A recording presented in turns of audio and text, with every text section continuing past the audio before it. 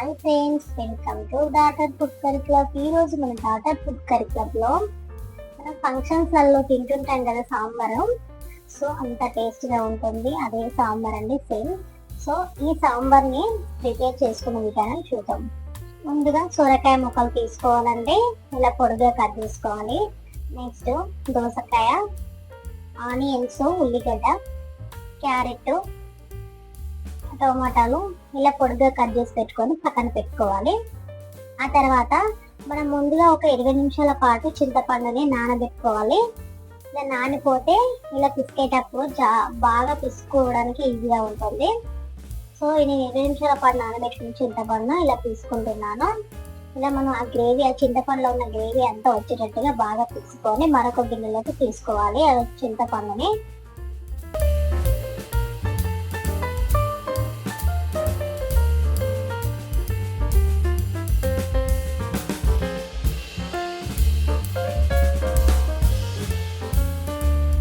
ఇదిగో ఇలా చింతపండు గ్రేవీని ఇలా తీసుకి పక్కన పెట్టుకోవాలి. ఆ తర్వాత స్టవ్ మీద కడాయి పెట్టుకొని 1 టేబుల్ స్పూన్ వరకు ధనియాలను, ఒక 3 లవంగాలు, యాలకులు ఉంటే ఒక 2 వేసుకోండి, నేను వేయలేదు. 1 టేబుల్ స్పూన్ జీలకర్ర, ఒక 2-3 ఎండుమిర్చి ఇలా మధ్యలో కట్ చేసుకొని వేసుకోండి.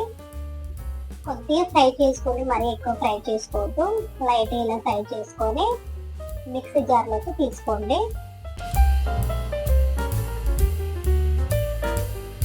తర్వాత ఒక గిన్నె తీసుకొని 1 టేబుల్ స్పూన్ వరకు శనగపిండి వేసుకొని అందులో 1 టీ గ్లాస్ వరకు వాటర్ వేసి ఆ పిండి అనేది గడ్డలు లేకుండా బాగా కలుపుకోవాలి. మొత్తం కలిసేటట్టుగా నీళ్ళల్లో కలుపుకొని అది కూడా పక్కన పెట్టుకోవాలి.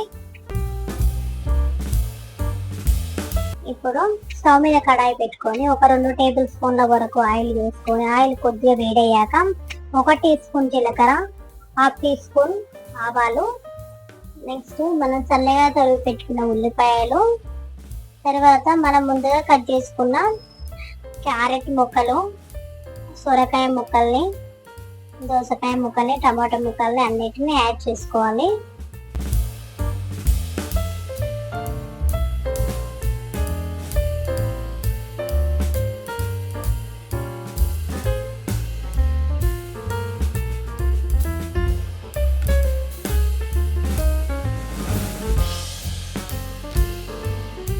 అన్నీ యాడ్ చేశాక 1 tablespoon salt, 1/2 teaspoon పసుపు యాడ్ చేసుకొని ఒకసారి అలా కలిపేసుకొని లో ఫ్లేమ్లో మూత పెట్టుకొని ఉడికించుకోవాలి.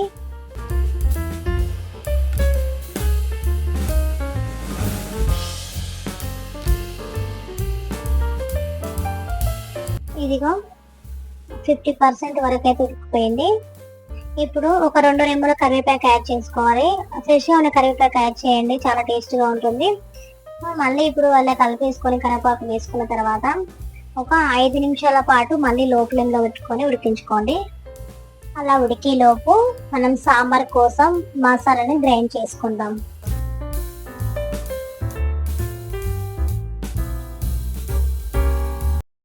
ఇదిగో ఇలా మెత్తగా గ్రైండ్ చేసుకొని ఈ మసాలాని పక్కన పెట్టుకోండి. ఇప్పుడు కర్రీ చూద్దాం. ఇదిగో చూడండి, ఆల్మోస్ట్ అయితే ఉడికిపోయింది. నేను మధ్య మధ్యలో కలపలేదండి, ఇలా కలపకపోవడం వల్ల అడగంటిపోయింది. మీరు మధ్య మధ్యలో కలుపుకోండి, ఎందుకంటే అడగంటకుండా ఉంటుంది. ఇప్పుడు మీ కారానికి తగ్గట్టుగా కారం యాడ్ చేసుకొని ఒకసారి మొత్తం కలుపుకొని మళ్ళీ లో ఫ్లేమ్లో పెట్టుకొని మధ్య మధ్యలో కలుపుకుంటూ మూత పెట్టుకోవాలి. ఒక 5 నిమిషాల పాటు ఉడికించుకోండి, కారం ఉడకాలి కదా. కానీ మధ్య మధ్యలో మాత్రం కంపల్సరీ కలపండి. నేను ఇదిగో మధ్య మధ్యలో కలపకుండా ఇలా అడగంటకుండా మధ్య మధ్యలో కలుపుకోండి. ఇదిగో 5 నిమిషాల తర్వాత చూడండి, కర్రీ బాగా ఉడికిపోయింది కదా.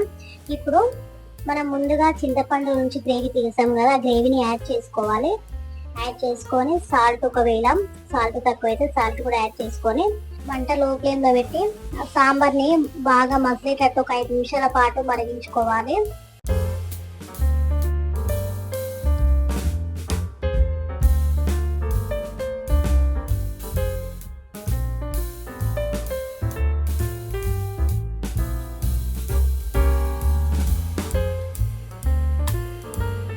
ఇది 5 నిమిషాల తర్వాత చూడండి సాంబార్ అనేది ఇప్పుడు మసులుతుంది కదా. ఇప్పుడు మనం ముందుగా మసాలాని ప్రిపేర్ చేసుకున్నాం కదా, సాంబార్ మసాలాని యాడ్ చేసి మళ్ళీ ఒక 5 నిమిషాల పాటు లో ఫ్లేమ్లోనే సాంబార్ని మసాలా పెట్టుకోవాలి.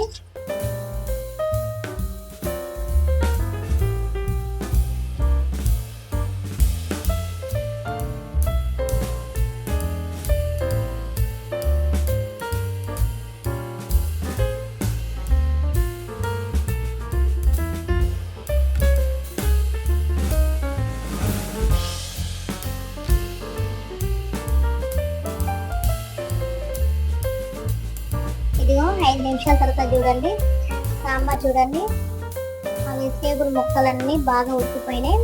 ఇప్పుడు మనం ముందుగా శనగపిండి అనేది నానబెట్టుకున్నాం కదా, ఆ శనగపిండిని యాడ్ చేసుకుందాం.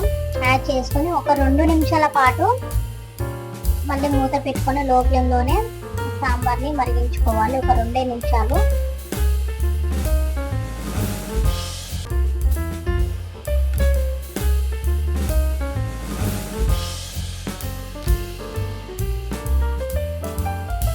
ఇదిగో 2 మినిట్స్ తర్వాత చూడండి సాంబార్ చాలా బాగా మసులుతుంది.